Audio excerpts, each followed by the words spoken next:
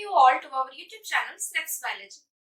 So in this video we will be discussing about Hardy-Weinberg equilibrium.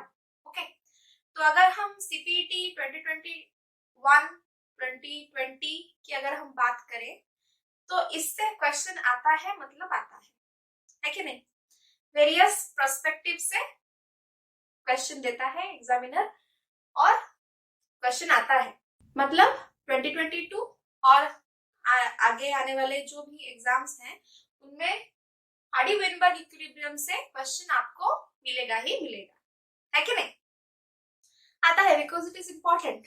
तो आज हम Hardy Weinberg equilibrium देखेंगे। Okay, so before discussion let me tell you, if you are new to this channel or if you have not yet subscribed to our channel, subscribe कर लो, okay, and press that bell icon next to the subscription button. Select all so that you can get all the notifications whenever our video comes up, okay? और अगर पसंद आ रहा है video, कुछ सीख रहे हो वीडियो से, तो लाइक कर लो, ओके, और अपने दोस्तों के साथ शेयर भी कर लो, ओके? तो स्टार्ट करते हैं। तो हार्डी-वेनबर्ग इक्विलिब्रियम जो है, जो हमें चाहिए वो हम पढ़ेंगे, ओके? तो ये जो है, this is about the frequency of genes. Genes तो नहीं, हम जीनोटाइप्स बोल सकते हैं, जीनोटाइप्स और alleles in a population, okay? ये जो हार्डी-वेनबर्ग इक्विलिब्रियम है वो एक पॉपुलेशन में एक जो जीनोटाइप्स है, जो अलील्स है, उनके फ्रीक्वेंसी के बारे में बताता है, ओके? कैसे हम कैलकुलेट करेंगे कि एक पॉपुलेशन में इनका फ्रीक्वेंसी क्या होगा, अंडरस्टूड? तो यहाँ पे दो चीज आते हैं, नहीं तीन चीज आते हैं, okay? First thing genotype, okay, second आपका alleles and third one is population, okay? तो व्हाट इज अ पॉपुलेशन?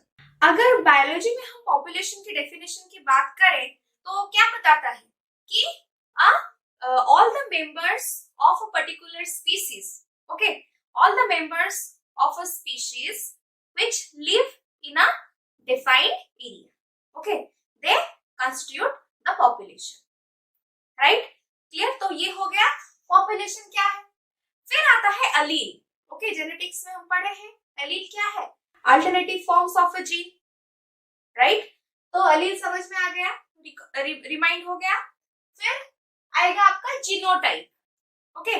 तो जो जीन है उसे हम रिप्रेजेंट करते हैं थ्रू जीनोटाइप्स, ओके? उसके जो डिफरेंट फॉर्म्स, जो अलील्स हैं, उन्हें हम रिप्रेजेंट करते हैं थ्रू जीनोटाइप्स, मतलब जेनेटिक कॉन्स्टिट्यूएंट, वो है आपका जीनोटाइप, अंडरस्टूड? क्लियर? तो according to Hardy-Weinberg equilibrium, okay, the frequency of genotypes or the frequency of alleles in a population always remain constant, okay? क्या हो गया कि the frequency of genotypes, alleles in a population always remains constant when not disturbed by any evolutionary consequences, okay? Clear? समझ में आया? Hardy-Weinberg equilibrium ने क्या बोला कि जो फ्रीक्वेंसी है पॉपुलेशन में जीनोटाइप और अलील की, वो हमेशा कांस्टेंट रहता है unless and until it is disturbed by any evolutionary consequences. तो यहाँ पे एक आता है evolutionary consequences, जो कि हम लास्ट में देखेंगे, ओके? क्लियर?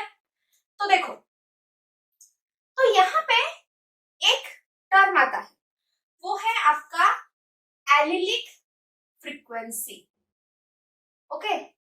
क्या है? Allylic frequency. और ये एलिलिक फ्रीक्वेंसी को जानने से पहले हम जानेंगे what is relative frequency of alleles, okay? Clear? तो एक एग्जांपल देती हूँ. तो suppose this is a chromosome. Okay, and here present an allele that is suppose A. Okay, clear? इसका फिर पार्टनर भी होगा, राइट? उसमें कैपिटल ए हो सकता है या फिर स्मॉल ए हो सकता है. वो जो हमारा जीनोटाइप है वो रिसेसिव हो सकता है, डोमिनेंट हो सकता है, कुछ भी हो सकता है, राइट? तो वो छोड़ो. सपोज एक स्मॉल ए इस लोकाई में प्रेजेंट है. ओके, इस पोजीशन में, इस क्रोमोसोम में प्रेजेंट है. अंडरस्टूड? तो ये एलील जो पूरा एक पॉपुलेशन अगर हम देखें, suppose in a population there are 1000 individuals. Okay, तो वो 1000 इंडिविजुअल्स में ये एलील कितना बार आएगा? Okay, clear? That is the relative frequency of A. Understood? The number of times allele A is present in the on the same loci of same chromosome, okay, in a population. Clear? उसे हम क्या बोलेंगे कि relative frequency of small A. Okay, suppose this is chromosome number 21 और 20. Okay, clear? Understood? तो chromosome number 20 में ये position में, ये लोकाई में स्मॉल ए कितना कितना टाइम आ रहा है? How many times small A comes, okay, in that population, in that particular chromosome, in that particular position. That is known as what? Your relative frequency of your small a. Understood? Clear? तो अभी हम देखेंगे कि allelic frequency क्या है. Okay, तो मैं बता चुकी हूँ कि व्हाट इज एलील. एलील जो है that is different form of a gene. So the relative frequency of a specific gene loci throughout the population is known as what? Your allelic frequency. What is it? The relative frequency of a specific gene loci, okay, or loci you can say, throughout the population. Okay, is called as what? Your allelic frequency. Understood? समझ में आया? What is population? What is allele? Genotype क्या है? फिर आपका relative frequency of allele क्या है? और allelic frequency क्या है? इतना समझ में आया? क्लियर? अभी हम फॉर्मूला देखेंगे. ओके, तो देखो यहाँ पे दो पर्सपेक्टिव है. ओके, एक तो allelic, another one is your genotype. Clear? एक हम एलीलिक फ्रीक्वेंसी का फॉर्मूला देखेंगे, अनदर वन हम जीनोटाइपिक फ्रीक्वेंसी और जीनोटाइप फ्रीक्वेंसी की फॉर्मूला हम देखेंगे. Okay, understood? तो अगर हम एलील्स की बात करें, they are the two forms और alternative forms of a gene, right? तो यहाँ पे एलील जो है वो या तो डोमिनेंट होगा, राइट, या फिर रिसेसिव होगा. क्लियर? तो हार्डी एंड विनबर्ग ने उन्होंने क्या किया कि डोमिनेंट को, suppose they took this dominant allele as P and recessive allele as Q. Okay, and they said that the summation of the dominant and recessive allele is always 1. Okay, this is considering the perspective of what? Your allelic frequency. तो allelic frequency क्या है? जब हम dominant and recessive को add करते हैं तो वो हमेशा 1 होगा. कब? जब कोई भी इवोल्यूशनरी कॉन्सिक्वेंसेस नहीं रहेंगे. ये क्या है हम पढ़ेंगे. Okay, understood? तो अगर मुझे Q पता है तो P का फ्रीक्वेंसी क्या होगा? 1 माइनस Q होगा. अगर हमें क्या Q पता है, सॉरी Q ढूंढना है तो क्या होगा? ये 1 माइनस P होगा. अंडरस्टूड? क्लियर? तो ये हो गया एक फॉर्मूला, याद रख लो एलीलिक फ्रीक्वेंसी का ये फॉर्मूला. अंडरस्टूड। फिर आएगा आपका जीनोटाइपिक फ्रीक्वेंसी। अंडरस्टूड। तो देखो, जब हम जीनोटाइप बोल रहे हैं तो what is this? Combination of alleles. Okay, जब हम जीनोटाइप लिखते हैं हम अलील्स को कंबाइन करके लिखते हैं। हम बोलते हैं कि this is homozygous dominant, right, this is heterozygous dominant, this is homozygous recessive, right, ये बोलते हैं, राइट। तो हम क्या करते हैं कि हम अलील्स को कंबाइन करके लिखते हैं। ओके, तो यहाँ पे क्या होता है कि अगर हम एलिलिक फ्रीक्वेंसी मतलब अलील्स को अगर हम कंबाइन करके लिखेंगे तो क्या होगा? P plus Q into P plus Q will be is equal to 1 into 1, that will be 1, right? और अगर हम इसे सॉल्व करते हैं तो हमें मिलेगा क्या? P square plus 2PQ plus Q square equal to 1. Okay, this is the formula for genotypic frequency. जब जीनोटाइप पूछा हो आपको क्वेश्चन में, ओके, तो देखो यहाँ पे एक चीज मार्क करो। तो P स्क्वायर हम लिख रहे हैं, मतलब P into P, right. P क्या है? डोमिनेंट कैरेक्टर हम यहाँ पे लिए हैं, राइट। तो ये क्या है? आपका homozygous dominant. Okay, clear. Similarly अगर Q स्क्वायर की हम बात करें तो Q है क्या? हमारा रिसेसिव, राइट। सो ये क्या है? Q इंटू Q है, क्लियर। तो ये क्या है? Homozygous recessive. ओके, और अगर PQ की बात हम करते हैं तो ये क्या होगा? This is heterozygous, clear.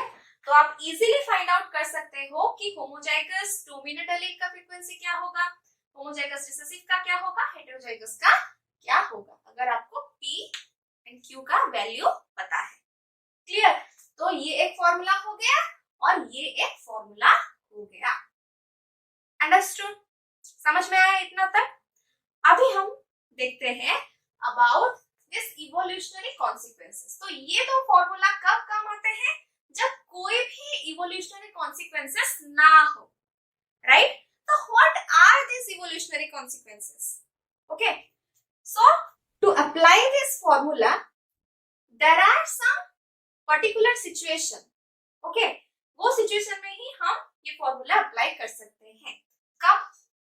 देखो, first thing, okay, the population size. Okay, there should be large population size.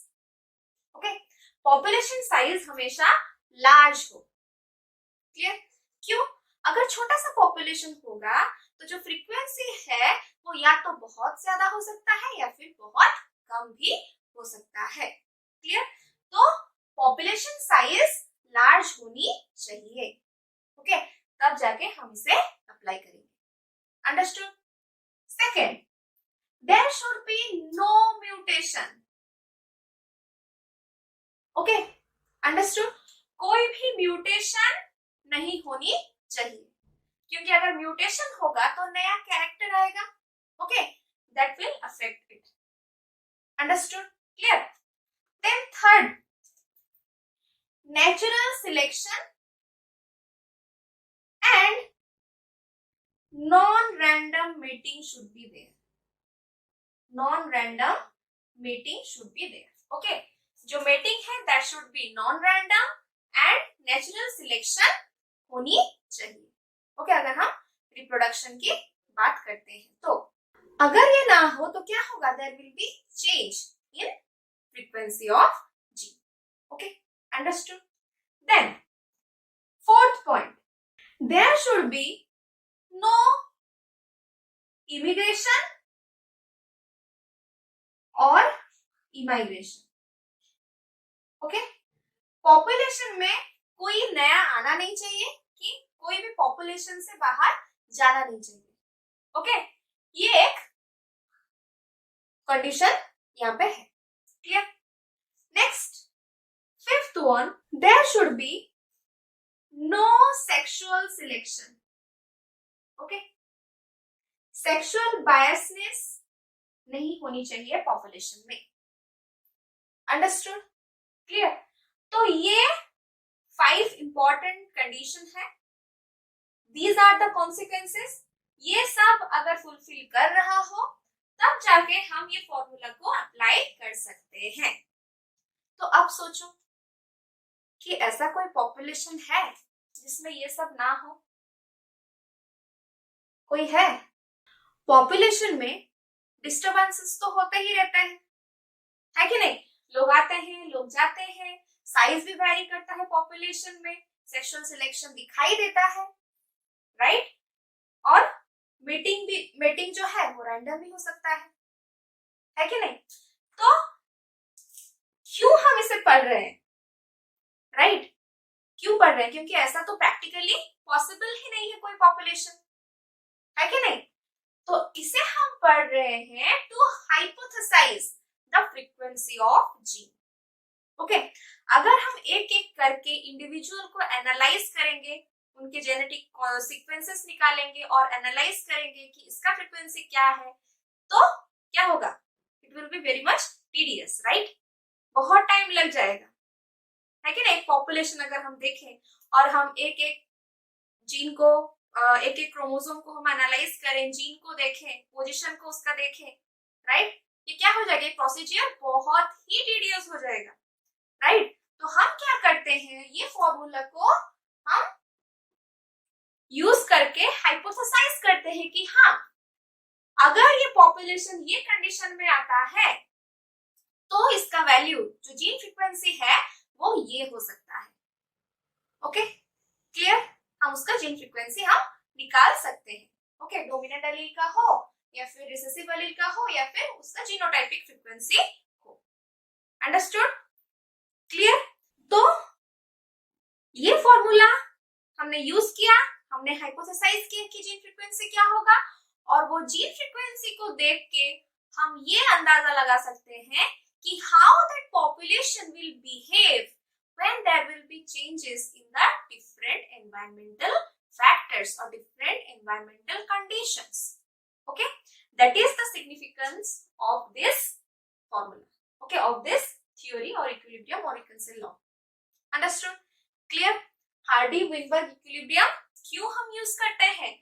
मैं पहले लिखी थी, it is about the frequency of gene or frequency of alleles in the population. Okay, तो condition वो क्या बोल रहा है कि कोई भी इवोल्यूशनरी कॉन्सिक्वेंसेस नहीं होनी चाहिए, लेकिन इवोल्यूशनरी कॉन्सिक्वेंसेस होते हैं पॉपुलेशन में। बहुत सारे ऐसे फैक्टर्स हैं जो कि पॉपुलेशन को अफेक्ट करते हैं, राइट?